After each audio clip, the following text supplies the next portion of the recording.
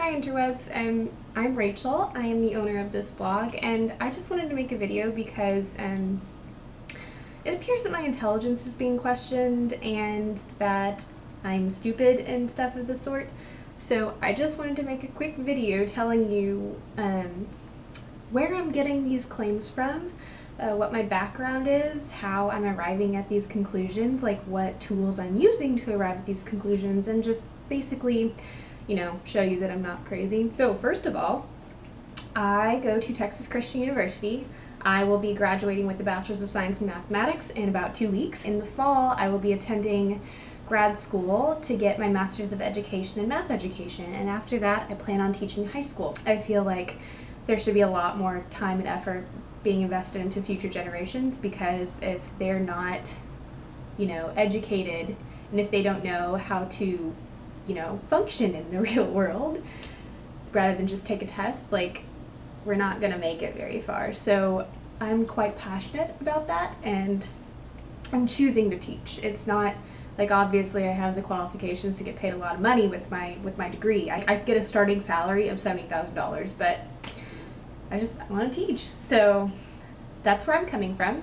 Now, on to what's currently happening on this blog. I'm getting a lot of my information from anthropology and, you know, my reasoning capabilities. I am a math major. It's a degree in problem solving. Like, I can think through situations. I'm trained to look at situations from many different angles and look at all possibilities.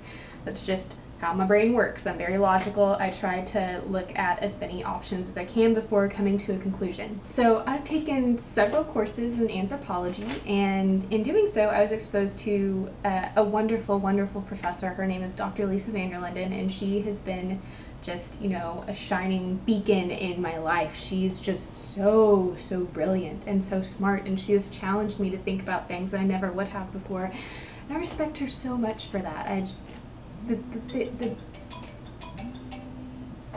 Sorry about that.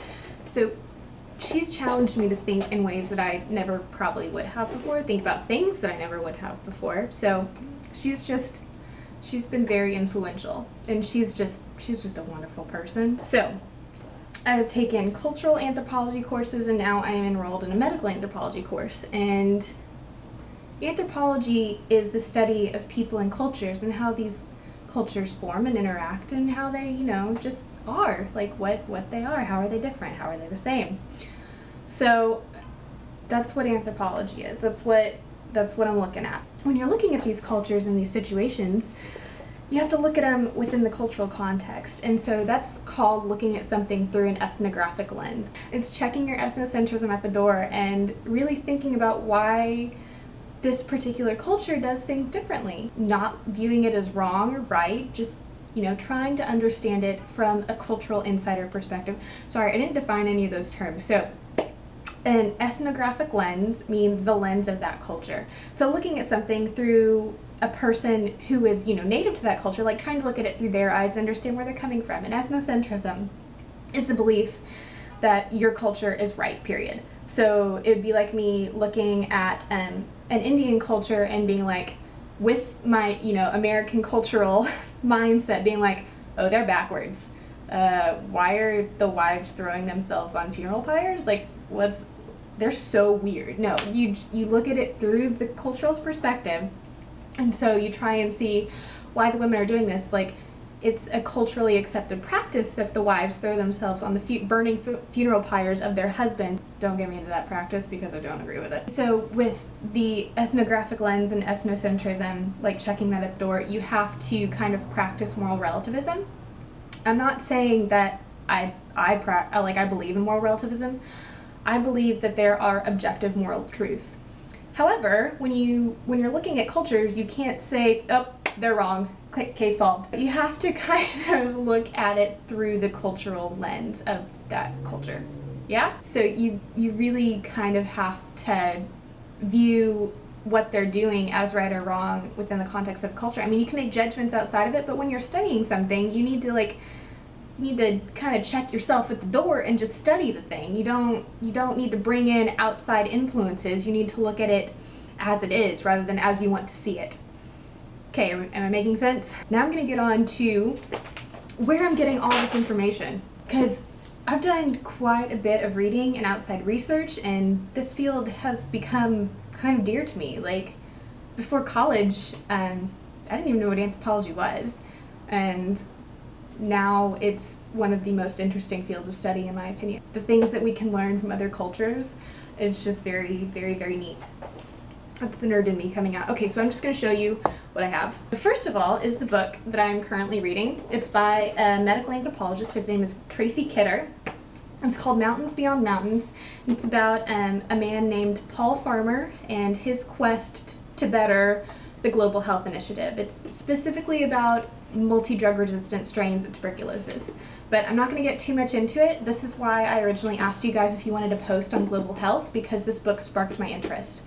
I had always known that global health was an issue that we should be concerned about, but this really threw it in relief just how much we should care about this and how much we should be doing to help people in the third world settings. So this book, I've also read a bunch of other books.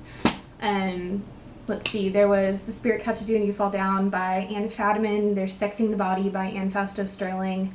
There's a couple other books by Anne Fausto Sterling, and then just some I mean, honestly, I can't remember all the books that I've read, but I've gotten a good sample size, I think. I mean, I always want to read more, and I'm always open to reading more. If you know any books, tell me. Please tell me. I'm like the biggest bookworm ever. Like, seriously, down below, tell me. I want to read them. Now to get on to the readings for the classes themselves.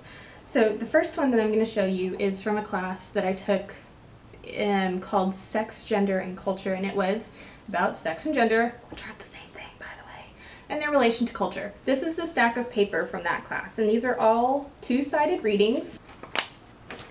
Two-sided readings. So this is a fair amount of reading to do. I mean, this was for one semester. There's also other readings that were assigned to us, but this was for one semester. All about sex, gender, and their relation to culture. It was a class taught by Dr. Lisa Vanderlinden. Again, love her. But it just challenged me to think about, you know, the concept of gender and oppression and women's rights within different cultures. Camera cut off. So it just challenged me to think about the ways that the patriarchy, you know, the patriarchal structure of society is enacted and how that affects, you know, residents of that culture. Is very, very interesting. There are a lot of cases on that. If you want to know more specifically about what we studied, let me know, and I'll do another one of these thingies and talk you through it. Or if you just want to know specifics, like, message me and I'll message you back. I'm trying to be good at, you know, messaging. Like, I try to keep on top of it. Next class. Okay, this is the class I'm currently taking. It's medical anthropology. And the stack of paper that we have currently is this big. And again, these are all double-sided papers.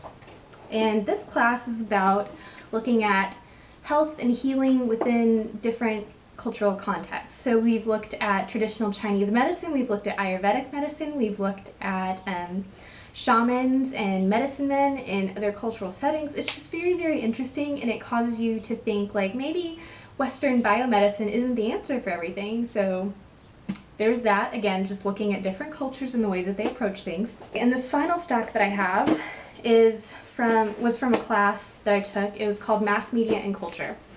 And it was a stack of paper. These are printed off readings. It's a stack of paper about this big. And then there was also this pre-printed book to come along with it. So these were, again, it was just like a flimsy book of articles.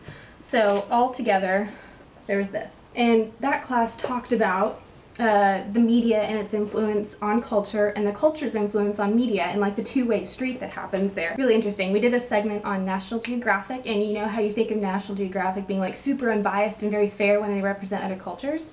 Not always. If you've read National Geographic and if you've, you know, thumbed through some issues, you always see these very ritualized and tribalistic, you know, garments adorned. People are adorned with these garments. That's actually very rare. I mean, those are very ceremonial dresses, and it's not like everyday wear for these societies. But we exoticize and we ritualize and we make them other. That's a noun. That's a term that's very often used in anthropology. If you want to know what it means, Google it.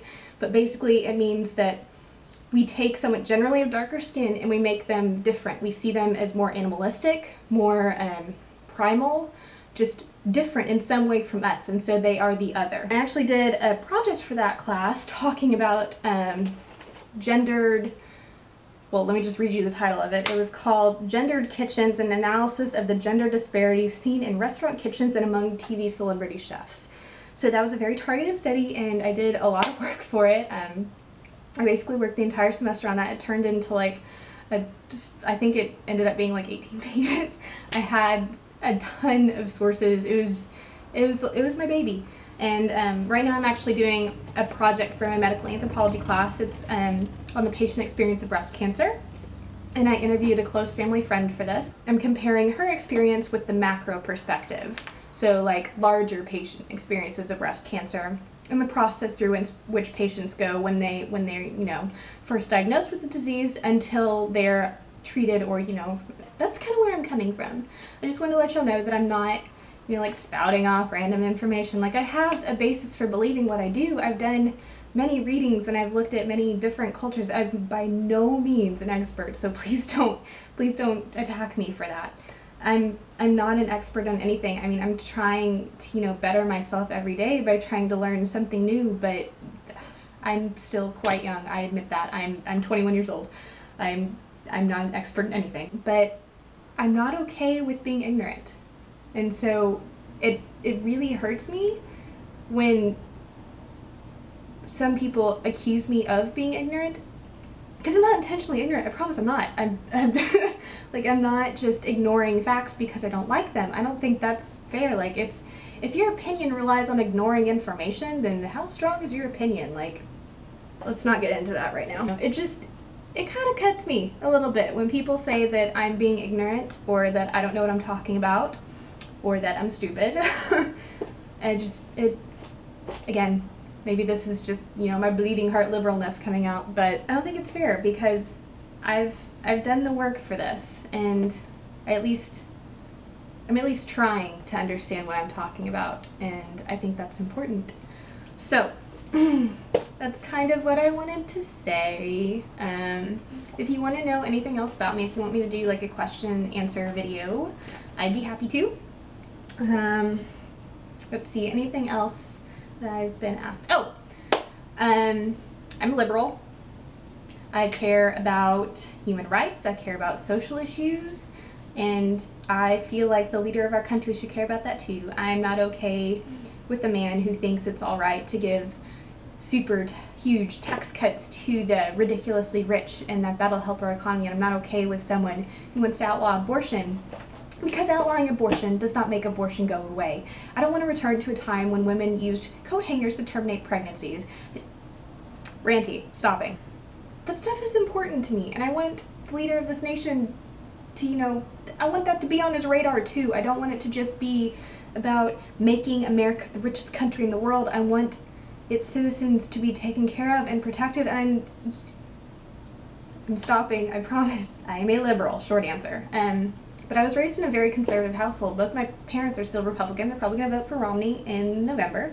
So, I mean, I don't hate Republicans. I don't understand when people say, hey, I just don't like you if you're mean. I mean, I'm okay with differing viewpoints. I don't hate anyone for disagreeing with me. I get a little frustrated when you call me stupid and that's your argument.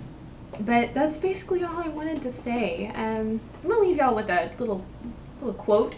And it kind of made a huge impact on me when I first heard it, so hopefully it'll have the same effect on y'all. It's, indifference is not an option. And that's the stance I try and take when looking at, you know, social issues and human rights violations, and I don't understand how people can pretend like they don't happen when they do, and they're reality in this world, and I don't think that they should be ignored, and I don't think that they should be overlooked. So that's where I'm coming from. That's me. Again, if you want to know anything else, message me. If you want me to do a questions and answers video about me personally, message me.